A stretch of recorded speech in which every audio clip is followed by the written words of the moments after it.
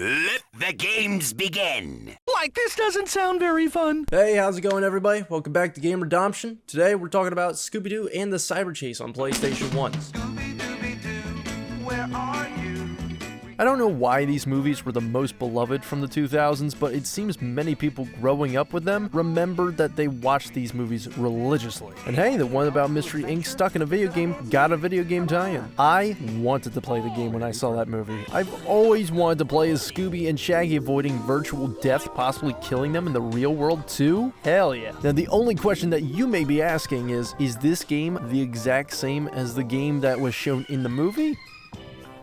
It kinda does. For a quick recap of the movie in case you haven't seen it, Scooby Doo and the Cyberchase is about an incident that happened at a university involving some video game creation contest where a virus has been brought into the real world. I guess just do virus things and terrorize everyone. Plant seeds for 2020, I guess? The virus wants to take out the other students in the competition. So logically, instead of calling the police or possibly hackers to counter it, the Scooby Gang have arrived to take out the virus and find out why he was brought into existence. But before they can figure anything out, the Scooby Gang get zapped into the digital world. Because yes, there is a laser that zaps things from the real world into the virtual world. Now stuck inside a video game, Mystery Inc. must play through the game and hopefully figure out the mystery behind who created this phantom virus. Strange and different departure from the usual formula that Scooby Doo takes for the series. Can't say it derailed the series completely, just enough where they could eventually meet John Cena and the other wrestling superstars. Now, you think that a video game about a movie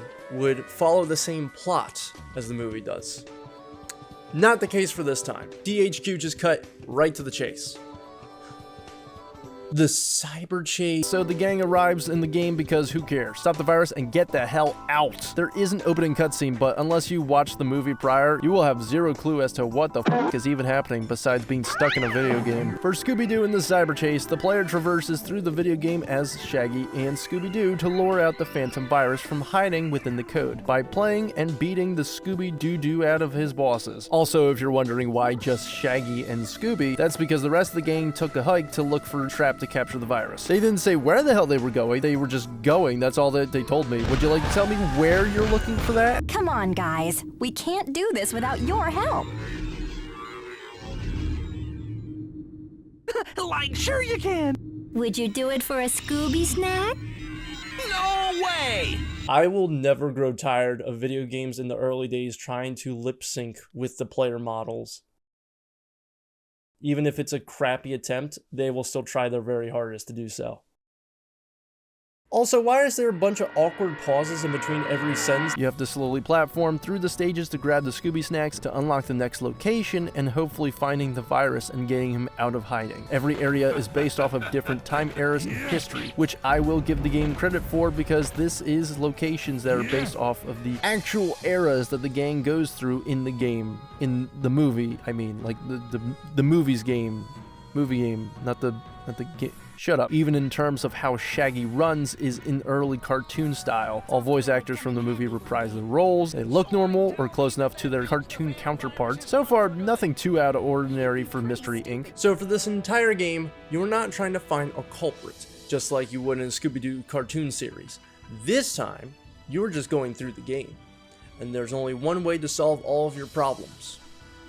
And that's to pie the living hell out of everything. Even dinosaurs. Dinosaurs are solved with one pie. There was a problem that Jeff Goldblum had in the movies, and that was he didn't pie the damn thing. Like some sort of Three Stooges act, whether they mean us harm or not, you must throw custards to vanquish them. Yes, including the main bosses. Yes, including the phantom virus. You have to stop all movement, stand in one spot, aim where you are throwing, and launch. Aiming takes as long as it does to turn a plane around, and if you want to not throw the pie, you have to wait until the full arm cycle for Scooby to get tired, and he'll just slump over like he was just told he's being restricted from eating because he's so damn fat. You cannot throw as many pies as you want. Those pie collectibles, that is your ammo. Pies are your ammunition. And what in the world do you do when you run out of pies? Ass bash your enemies. Do it too late and you fly over the enemy when going for them. Do it too early and you give them a big old kiss on their fat foreheads. The best part yet is that the game doesn't register your button inputs sometimes. So I just run into the enemy like a bird smacking the window because it didn't register that I hit the circle button when I was trying to bum bash. The same case goes for the jumping. The jump carries the momentum from movement. Once you jump, your jump is locked in that direction. No backing away from it. Enemies are either brain dead and do almost nothing, I can literally walk around them, or are placed in the most annoying spots. Certain enemies I could not figure out for the life of me. Dinosaurs that shake off pies, bats that multiply, ghosts that I just avoid altogether because I can't figure them out. Some creatures aren't even enemies, but Mystery Inc. sure likes to treat them like they're a threat. Those baby seals may look cute, Shaggy,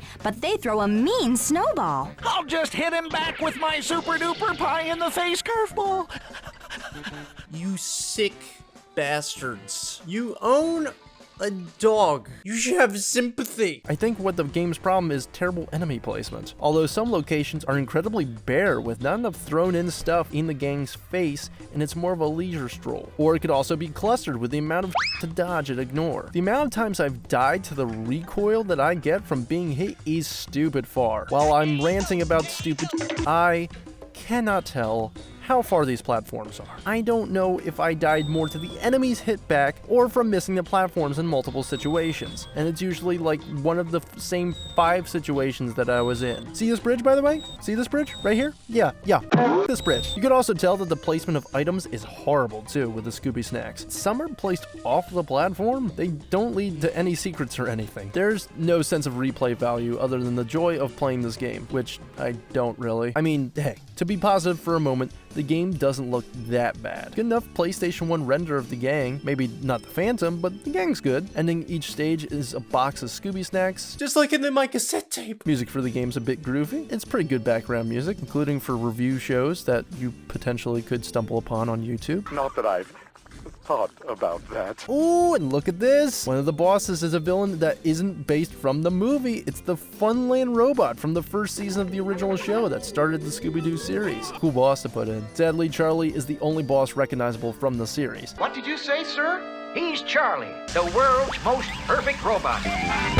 And is the only boss that has a bit of fun to it too. The rest are pretty lame actually. Run around until the opportunity arrives, that's it. Any character from the cyberchase that you saw during the chase sequence of the movie is most likely the boss that you will encounter in the game, or the Phantom himself, multiplied multiple times. By the way, do you ever get tired of forgetting that your phone exists every 4 minutes? Then boy do I got the game to make you never forget again! At the beginning of your adventure, you receive a communication device to keep in contact with the gang. They will call you for almost anything and everything that's new. New obstacles, new enemies, bosses, and somehow knowing the pattern that they are going to perform. How in the world do you guys even know that? Normally this is not a bad idea. Here though, Grab that box of Scooby snacks and get out of there. Like, grab those snacks and get out of there. Grab the box of Scooby snacks and let's go. Scooby snacks? Like, here we come. Grab that box of Scooby snacks. call after call after call, even if the enemies behave slightly different, the game will quickly remind you to pie it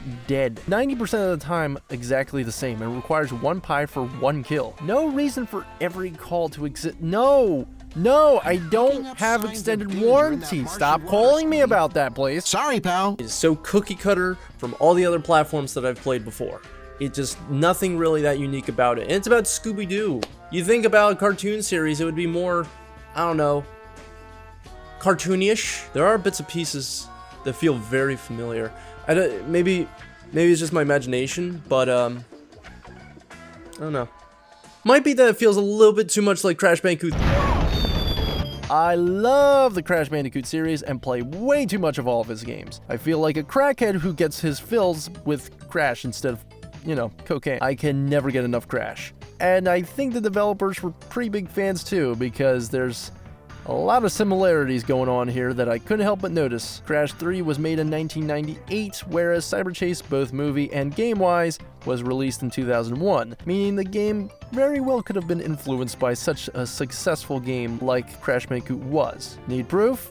I got you proof right here. Both games do deal with going through different time eras, so in terms of where they went, doesn't exactly matter that much to me since I can't understand how both got similar location ideas. What makes me call out cyberchase for being too much like Crash Bandicoot 3 is a hub area where you have to go step on buttons in order to access a level, including a specified area for saving and loading your progress with a female assistant. Later, the main villain shows their face to intimidate you while hyping you up about their henchmen, vehicle stages that get mixed in with the normal platforming stages to break up the monotony, dinosaurs chasing you and having to stop at certain points to catch their breath, and finally, with the most obvious notability, a boss in which you must fight a big cat in the ancient Rome Colosseum.